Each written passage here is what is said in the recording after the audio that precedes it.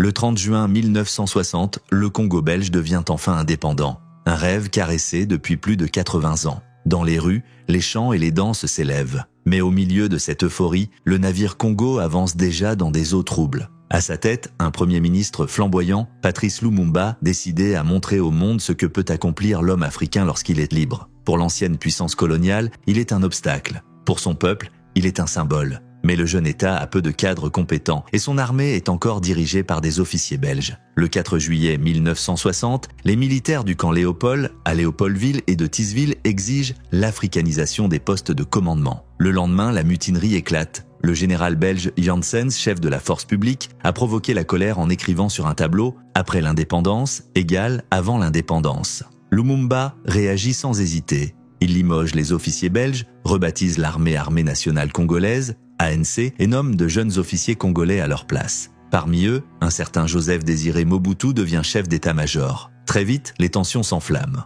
Le 11 juillet, avec l'appui discret de la Belgique, Moïse Tshombe proclame la sécession du Katanga, province minière essentielle à l'économie congolaise. Le 8 août, Albert Kalonji fait de même au Sud Kasaï, riche en diamants. Le rêve d'un Congo unifié se fissure. L'ONU exige le retrait des troupes belges, mais refuse de s'impliquer dans ce qu'elle qualifie d'affaires internes. Lumumba, acculé, se tourne vers l'URSS. L'aide soviétique arrive, attisant la méfiance de Washington et de ses alliés. Fin août, Lumumba décide de briser les sécessions, en commençant par le Sud Kasaï. Il envoie l'ANC dirigé par Mobutu. Le 27 août, Bakwanga, capitale de la région, tombe. Kalonji s'enfuit vers Elisabethville chez Tshombe et lance un appel à la résistance. « Arrêtez-les, coupez-leur la tête.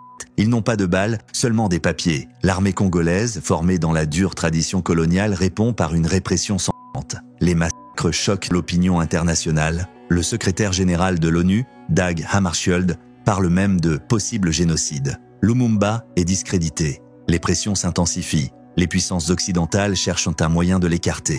Sous l'influence de l'Abaco, des partis anti-lumumbistes, des diplomates belges, américains et français de l'ONU, et même du clergé catholique Joseph Kasavubu, président de la République, cède. Le 5 septembre, à 20h, il annonce à la radio nationale la destitution de Lumumba, l'accusant de plonger le pays dans une guerre atroce. Quelques heures plus tard, Lumumba riposte. Il déclare la décision nulle et non avenue, destitue à son tour Kasavubu et le traite de valet de l'impérialisme. Le sommet de l'État sombre dans la cacophonie. C'est dans ce chaos que les puissances étrangères se tournent vers un jeune colonel en qui elles voient un allié, et qui, dans l'ombre, entretient déjà des liens avec la CIA, Joseph Désiré Mobutu.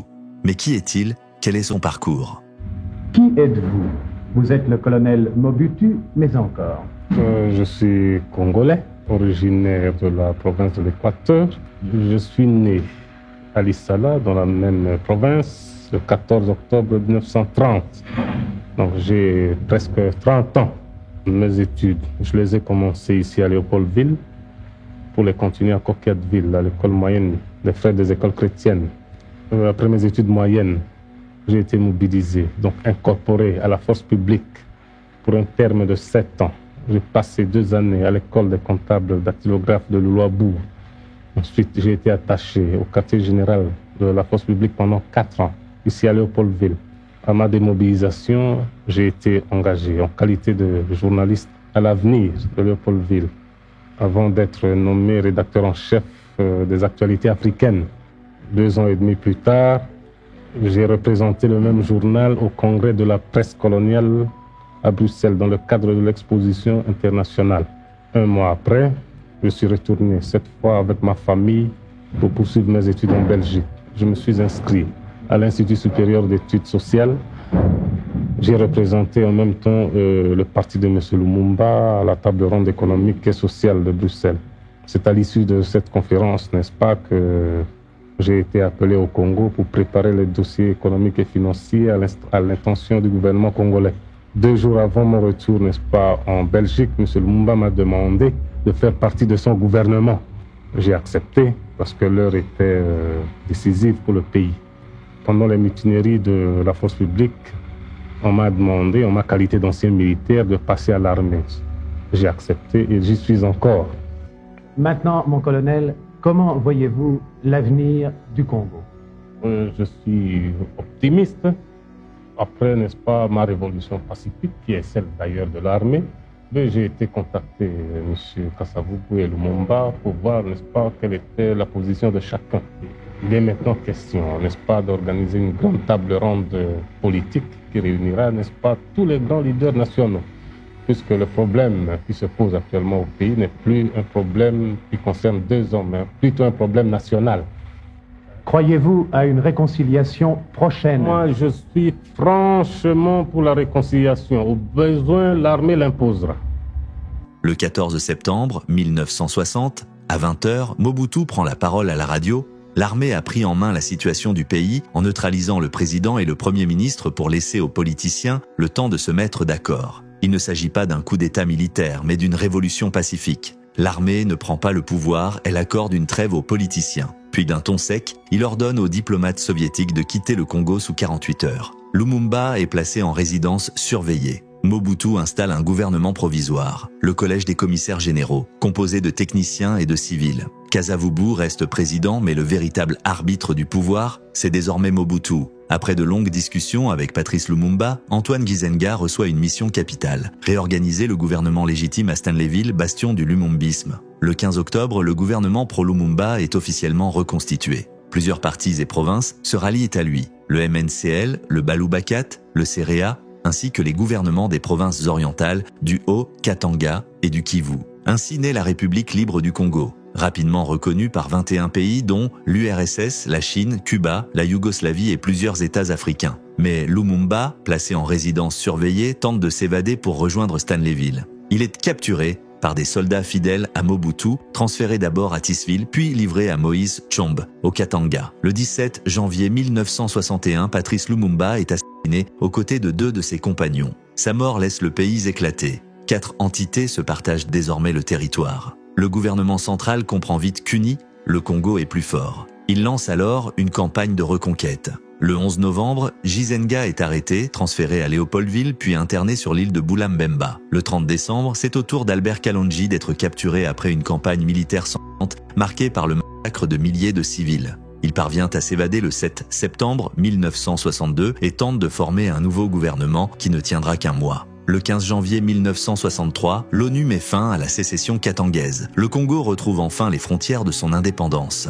Mobutu, désormais figure centrale de l'armée, veut moderniser ses forces. Le 31 mai, il est reçu à la Maison-Blanche par le président John F. Kennedy, qui se déclare prêt à répondre à toute demande d'aide. Parmi ses requêtes, Mobutu demande même à suivre une formation de parachutiste, pour lui-même. Mais la paix est de courte durée. En juillet, Pierre Moulélé, ancien ministre de Lumumba, déclenche une rébellion dans le Kwilu. En avril 1964, Christopher Guebeni, le général Olenga, Gaston Soumialo et Laurent Désiré Kabila lancent à leur tour la rébellion des Simba à l'est. Stanleyville tombe entre leurs mains. Le 4 août, ils proclament la République populaire du Congo. Une nouvelle fois, le pays est divisé. Réunifier le Congo devient une urgence vitale. C'est la mission que s'attribue le colonel Mobutu. L'armée ne s'occupera plus, mais plus jamais de la politique. Rien à faire, nous devons marcher à fond, même conclure des accords avec le diable pour refaire l'unité du Congo. Rien à faire. Et le Congo restera un et indivisible. Malgré la débâcle de ses soldats, il bénéficie du soutien de combattants étrangers. Vétérans de la guerre du Vietnam contre révolutionnaires cubains, mercenaires européens.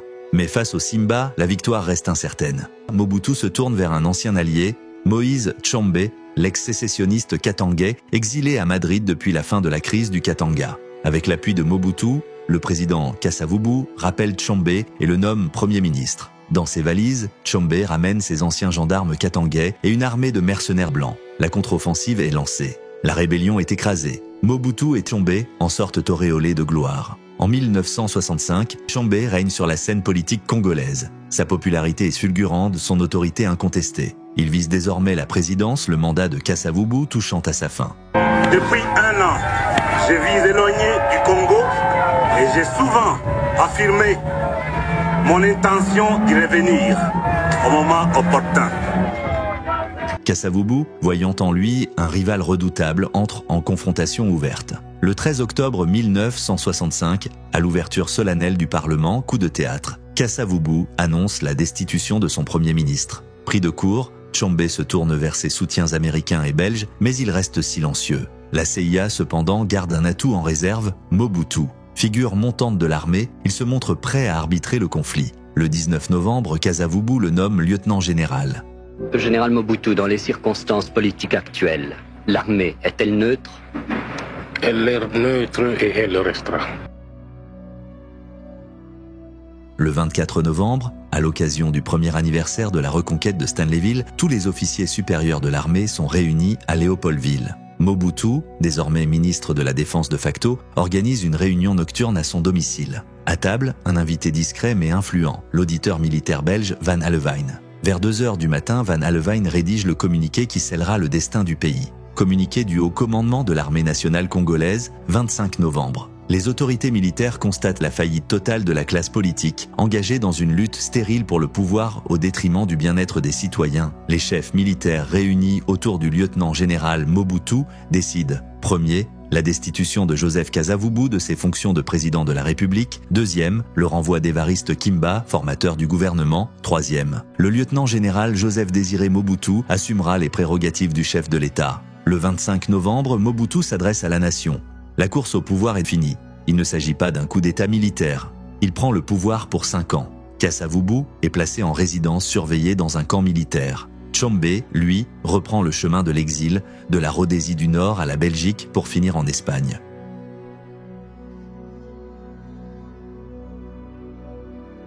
Kinshasa, 12 décembre 1965. Le stade Roi-Baudouin, aujourd'hui Tata Raphaël, est plein à craquer. Sous un soleil implacable, toutes les forces vives de la République sont rassemblées. L'armée, les fonctionnaires, les chefs coutumiers, les diplomates, et surtout une foule immense venue écouter celui qui tient désormais les rênes du pays. Mobutu monte à la tribune. Le silence se fait, il entame son discours par un avertissement « Je vous dirai toujours la vérité, aussi dure qu'elle soit. C'en est fini de vous assurer que tout va bien, alors que tout va mal. Et je vous le dis tout de suite, dans notre cher pays, tout va réellement très mal. » Puis vient une analyse implacable. Il dénonce les querelles politiciennes, le chaos, le désordre et l'incompétence qui, selon lui, ont miné la nation. Le Congo produit de 2 à 10 fois moins de maïs, de riz, de manioc, de coton et d'huile de palme qu'avant l'indépendance. Le pays ne peut plus nourrir ni habiller ses propres enfants. La haine, le gaspillage et la corruption ont remplacé la fraternité, le développement et le bien-être. Et il accuse,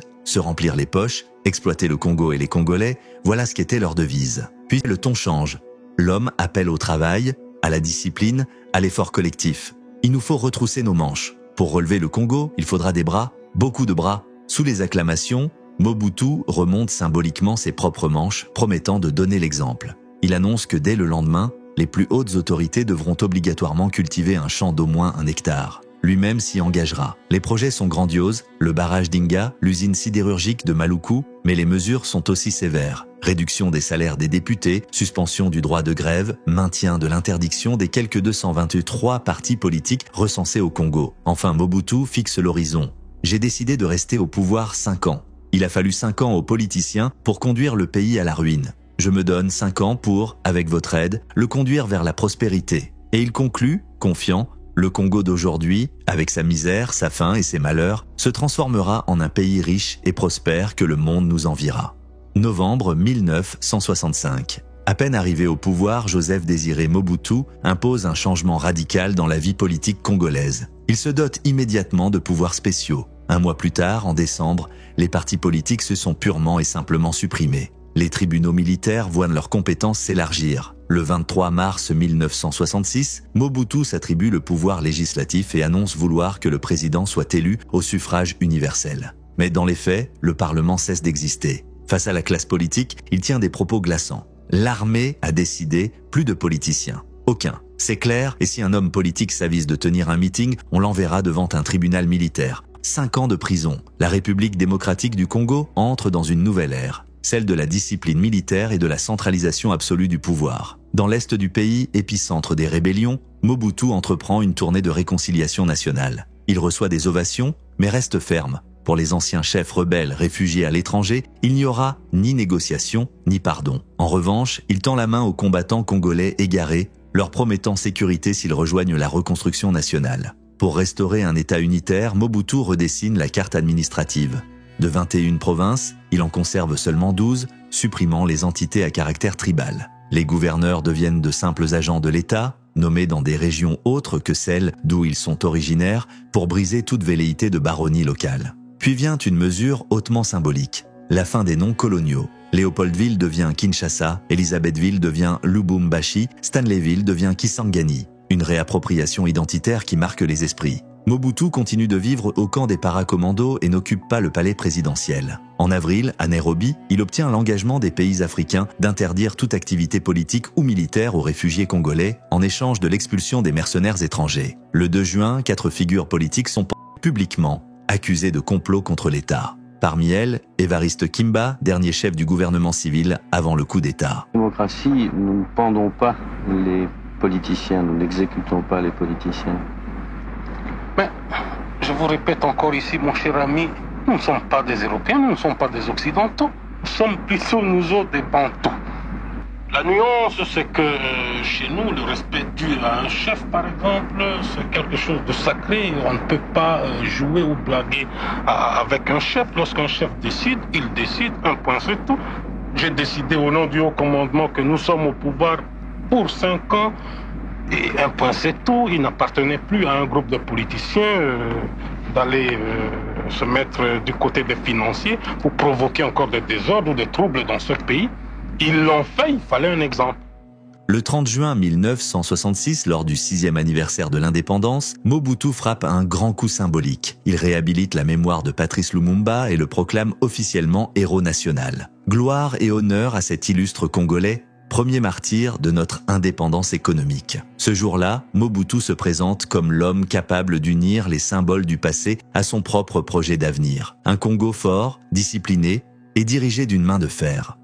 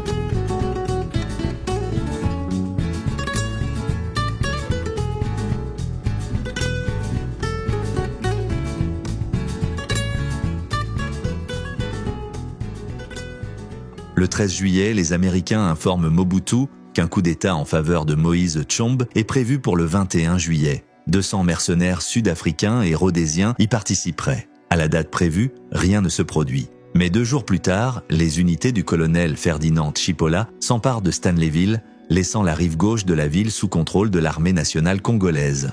Chipola dénonce une discrimination dans les promotions militaires et conteste la légitimité du coup d'État de Mobutu, affirmant qu'il n'avait pas été associé à cette prise de pouvoir. Des négociations sont engagées avec les mutins, exigeant la présence de Godefroy Munongo à Kisangani. Mais l'intransigeance des gendarmes bloque toute issue. Ils menacent Mobutu de mort et exigent la démission du général Bobozo, chef de l'ANC. La tension monte encore lorsqu'un jeune capitaine abat le colonel Tchachi, commandant local de l'armée. Il est aussitôt exécuté. Sur place, la présence de quelques 500 mercenaires rend la situation plus complexe. La majorité, menée par le Belge Jean Schramm, reste fidèle à l'ANC. Le Français Bob Denard, d'abord neutre, finit par rejoindre Mobutu après avoir été grassement soudoyé. L'échec des opérations de réconciliation conduit à une offensive militaire. Le 23 septembre, l'ANC, appuyée par les hommes de Bob Denard et plus discrètement par ceux de Schramm, reprend Stanleyville. Les ex-gendarmes katangais battent en retraite vers l'Angola. En mars 1967,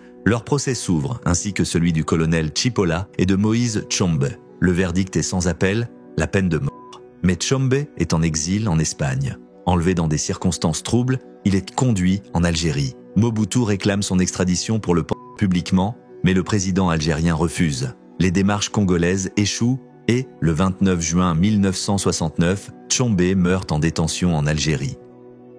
Le 5 juillet 1967, une nouvelle crise éclate. Jean Schramm et Bob Denard déclenchent une mutinerie à Bukavu et à Kisangani. À Kisangani, l'ANC riposte et reprend la ville. Mais le 7 août, Bukavu tombe aux mains des mercenaires. Schramm y proclame un gouvernement provisoire du Congo libéré, présidé par le colonel Léonard Monga. Mobutu reçoit alors un soutien de poids, les États-Unis, le Burundi, le Ghana et l'Éthiopie. À Kinshasa, il fait construire la Cité de l'Oie, aujourd'hui Cité de l'Union africaine, pour accueillir, du 11 au 14 septembre 1967, le 4e sommet de l'Organisation de l'Unité africaine. La conférence promet de l'aider à débarrasser le pays des mercenaires.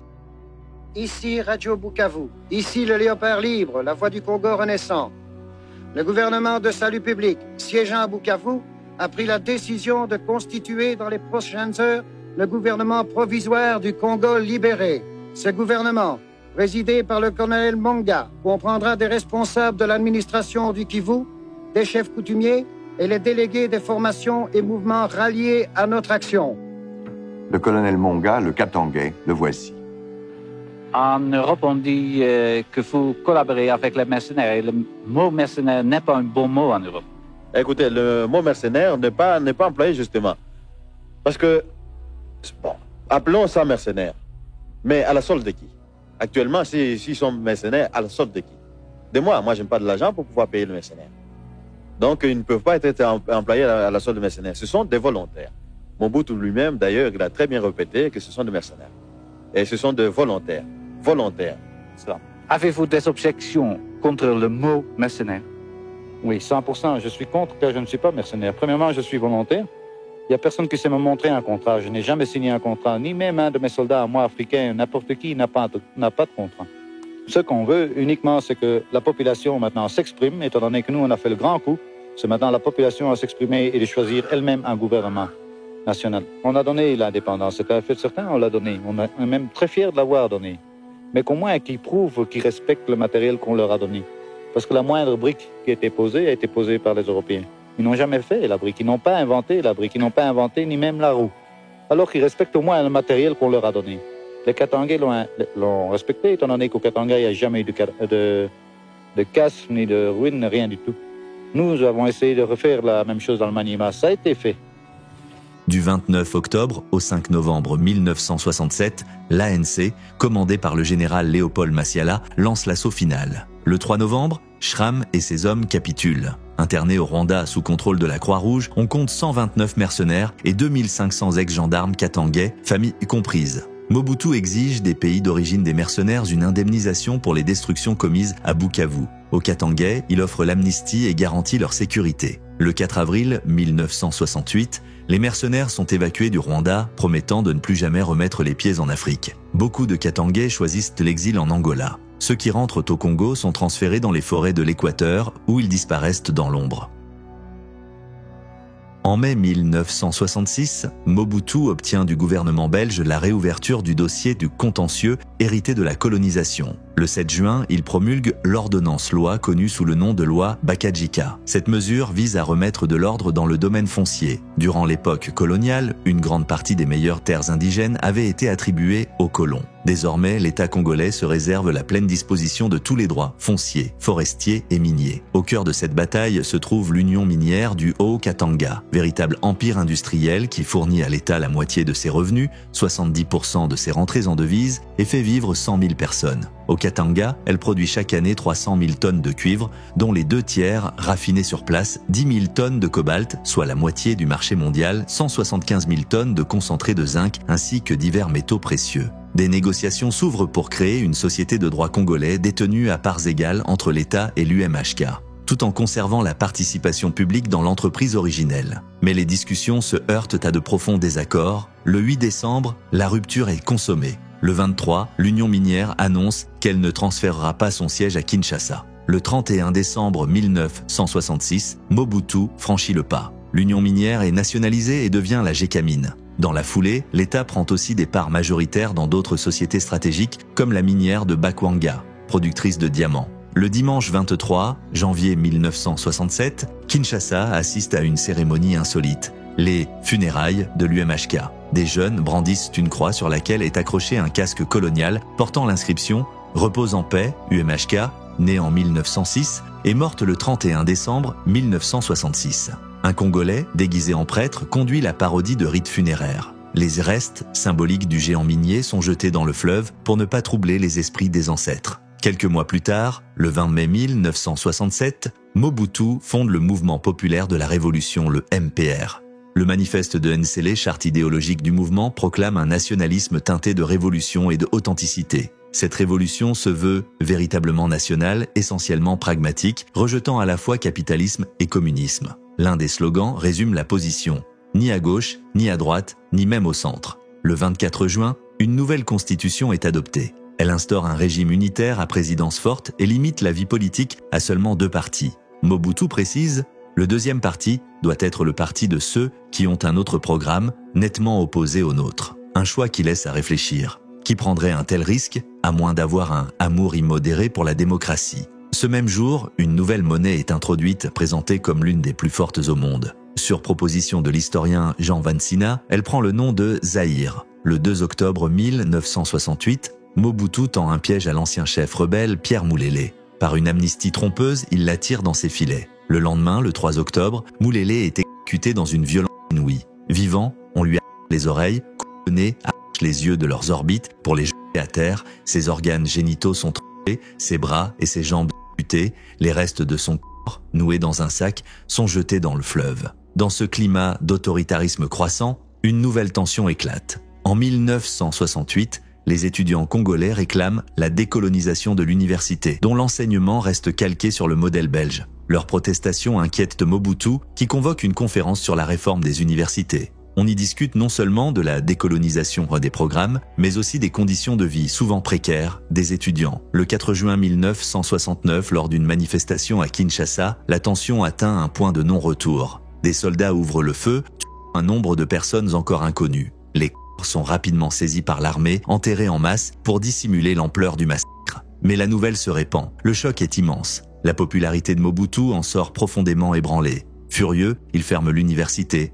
renvoie les étudiants dans leurs familles jusqu'à la rentrée suivante, dissout leurs associations et les absorbe dans la jeunesse du mouvement populaire de la Révolution, JMPR. 30 leaders étudiants sont condamnés à des peines allant de 2 à 20 ans de prison. 2 ans plus tard, le 2 juin 1971, les étudiants organisent une messe en hommage à leurs camarades tombés en 1969. Un cercueil symbolique est porté sur la pelouse et les slogans fusent. Le MPR devient dans leur chant le mouvement des pourris de la République ou encore mort pour rien. La troupe intervient, tire en l'air, mais cette fois aucune victime. Mobutu réagit avec la même fermeté.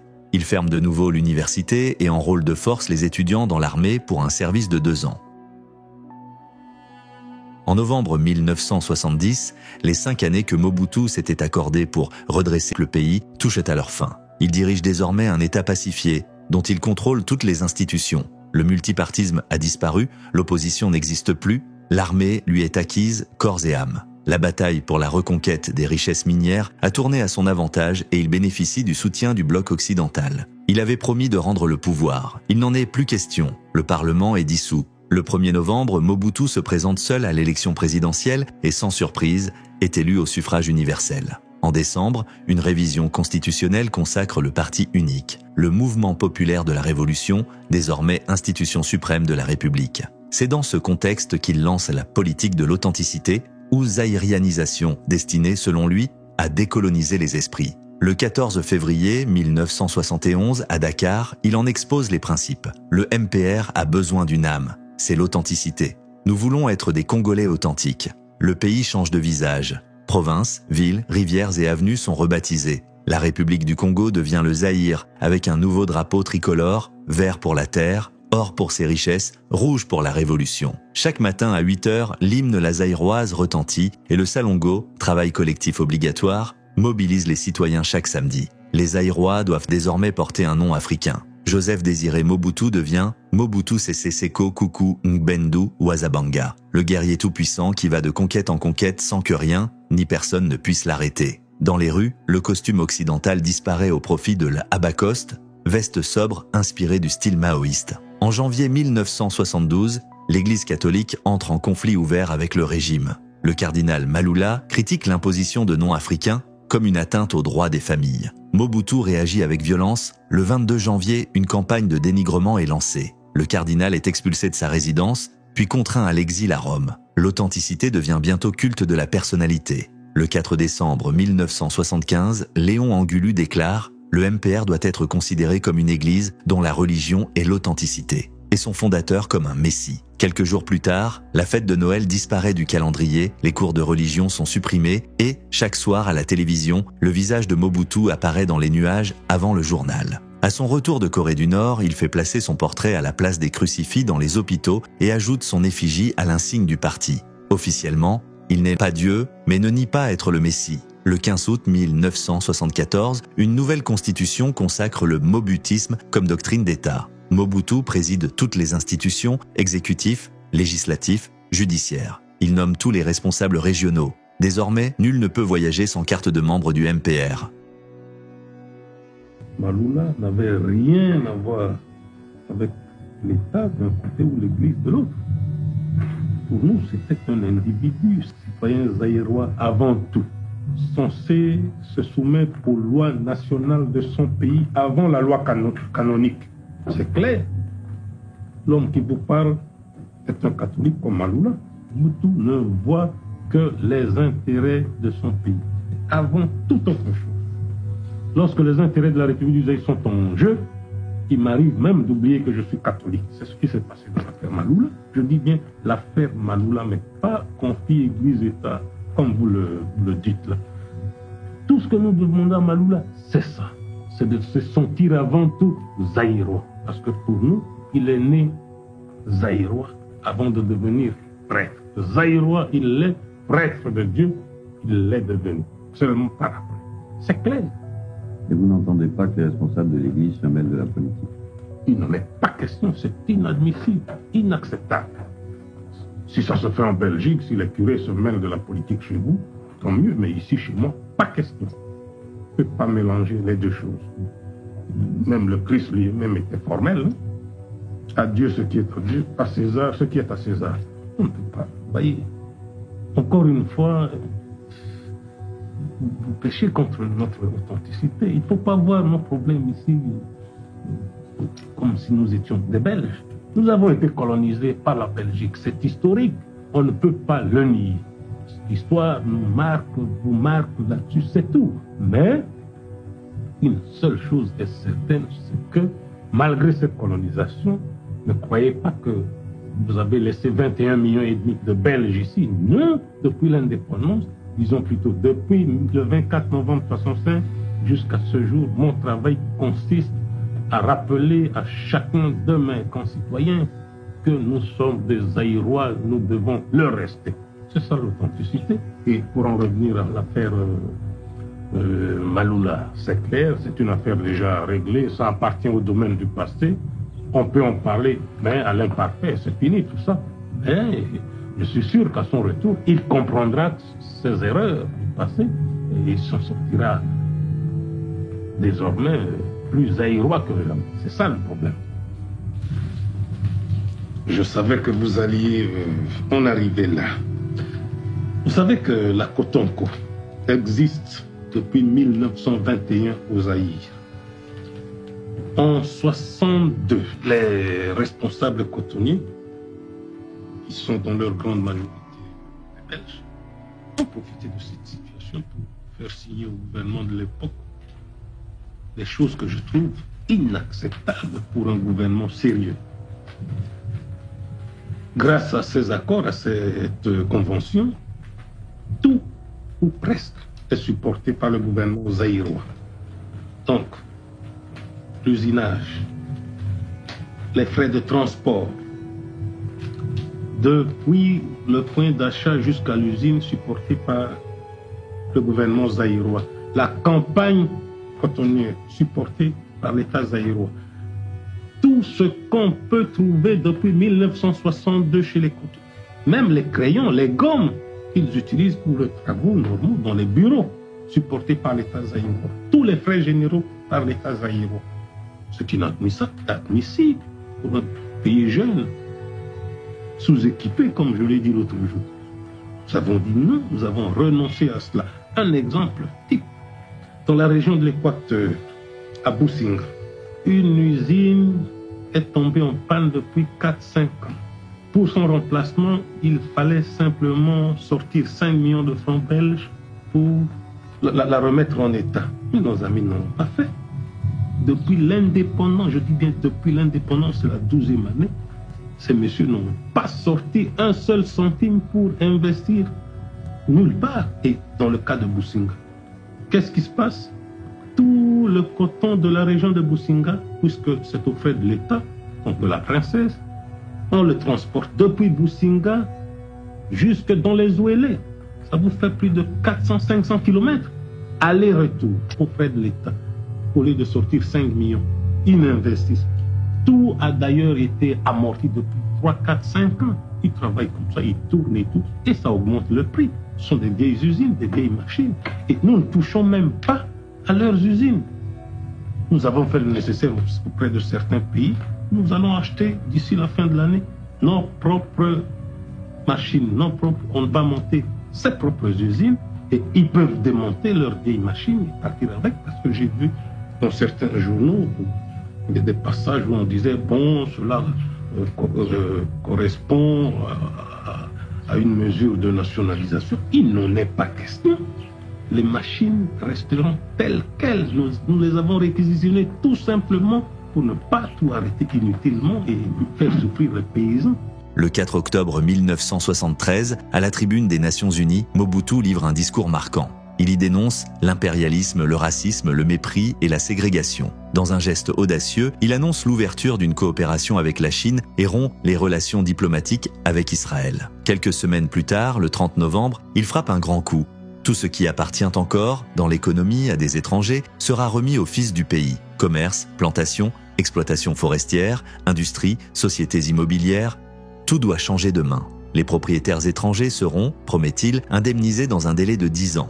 Mais cette redistribution profite avant tout aux proches du pouvoir. Ministres, dirigeants du MPR, députés et collaborateurs directs du président s'emparent des biens. Mobutu lui-même s'octroie 14 plantations prospères regroupées dans un conglomérat, cultures et élevages du Zaïre, le Celsa, devenant ainsi le 3e employeur du pays derrière l'industrie minière et l'État. La zaïrianisation nationalise les sociétés agricoles, les grandes propriétés et les unités commerciales détenues par des étrangers. Des nationaux, souvent sans expérience ni compétences, sont parachutés à leur tête. Rapidement, les conséquences se font sentir. Pillage, mauvaise gestion, infrastructures dégradées, machines inutilisables, main-d'œuvre démotivée. L'économie, déjà fragilisée par le départ des Belges et les crises politiques des années 1960, s'effondre encore davantage.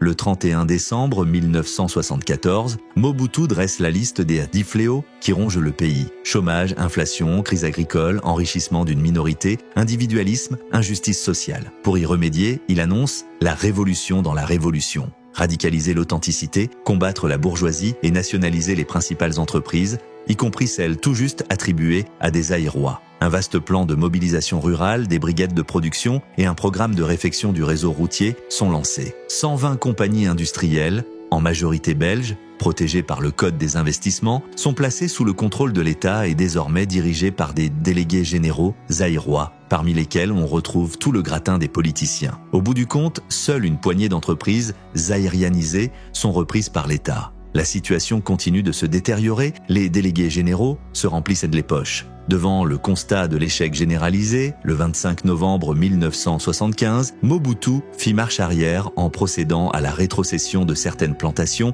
et autres industries aux anciens propriétaires. Mais beaucoup d'entre eux ne revinrent pas. Après de longs mois de négociations, la plupart des biens radicalisés sont restitués et leurs propriétaires indemnisés, le gouvernement belge ayant consenti à avancer l'argent nécessaire. Mobutu sera, début 1978, le dernier acquéreur à s'acquitter de son obligation en rendant 51% de leurs biens aux étrangers qu'il avait lésés.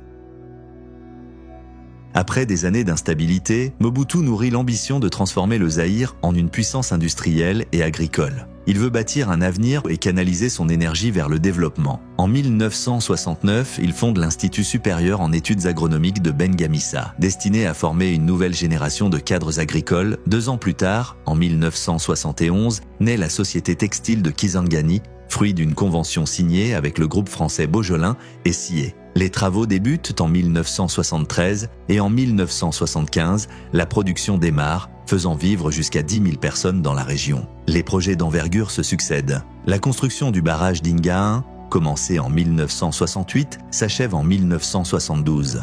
Avec ses 351 MW, c'est un exploit technique, tout comme la ligne à haute tension Inga-Chaba, la plus longue du monde, 1800 km, ponctuée de 10 000 pylônes. En 1972 également, Mobutu inaugure la fonderie sidérurgique de Maluku, conçue pour produire chaque année 250 000 tonnes d'acier, soit 4 fois les besoins du marché national. Une partie de cet acier servira plus tard à la construction du Stade des Martyrs en 1988. En 1975, il lance la construction du Palais du Peuple, confié aux Chinois pour un coût de plus de 42 millions de dollars. D'autres réalisations jalonnent la décennie. Le pont de Matadi, la cimenterie nationale, le complexe agro-industriel de Nsele, l'aéroport international de Kisangani, le barrage de Mobaye, la Comingem, le centre de commerce international du Zaïre, la tour de l'échangeur de Limeuté, le théâtre de verdure, qui accueillera James Brown, Myriam Makeba, Johnny Hallyday et B.B. King, et la cité de la voix du Zaïre, inaugurée en 1976. Le sport devient aussi un outil de prestige. Le 12 mars 1974, l'équipe nationale de football remporte sa deuxième Coupe d'Afrique des Nations. Quelques mois plus tard, le 30 octobre, le stade Tata Raphaël de Kinshasa accueille un événement qui entre dans la légende. Le combat du siècle, le Rumble in the Jungle, entre George Foreman et Mohamed Ali. À 4 heures du matin, pour correspondre au prime time américain, le monde entier assiste à la victoire éclatante d'Ali. Cette nuit, la foule en délire, debout, hurle, certains se sautent dans les bras, d'autres pleurent. Leur refrain, Ali Bomaye, pour Mobutu, c'est un cadeau au peuple zaïrois et une vitrine internationale pour son pays. En 1975, il se tourne même vers l'espace. L'Allemand Lutz Kaiser fonde l'Otrag, une société spécialisée dans la construction de lanceurs spatiaux à faible coût. Séduit par l'idée, Mobutu lui concède un territoire de 100 000 km² au Katanga avec un droit de jouissance intégral pour 50 ans. Les premiers essais sont prometteurs, mais le troisième, auquel Mobutu assiste en personne, tourne à la farce. Prévu pour le matin, le lancement est retardé pendant des heures, le temps que le maréchal et sa suite arrivent. Les moteurs, eux, ne peuvent attendre. Dès le décollage, la fusée pique du nez et s'écrase dans la vallée voisine. Les images, captées par les caméras, deviennent le symbole involontaire d'un régime dont les ambitions grandioses se heurtent trop souvent à la réalité.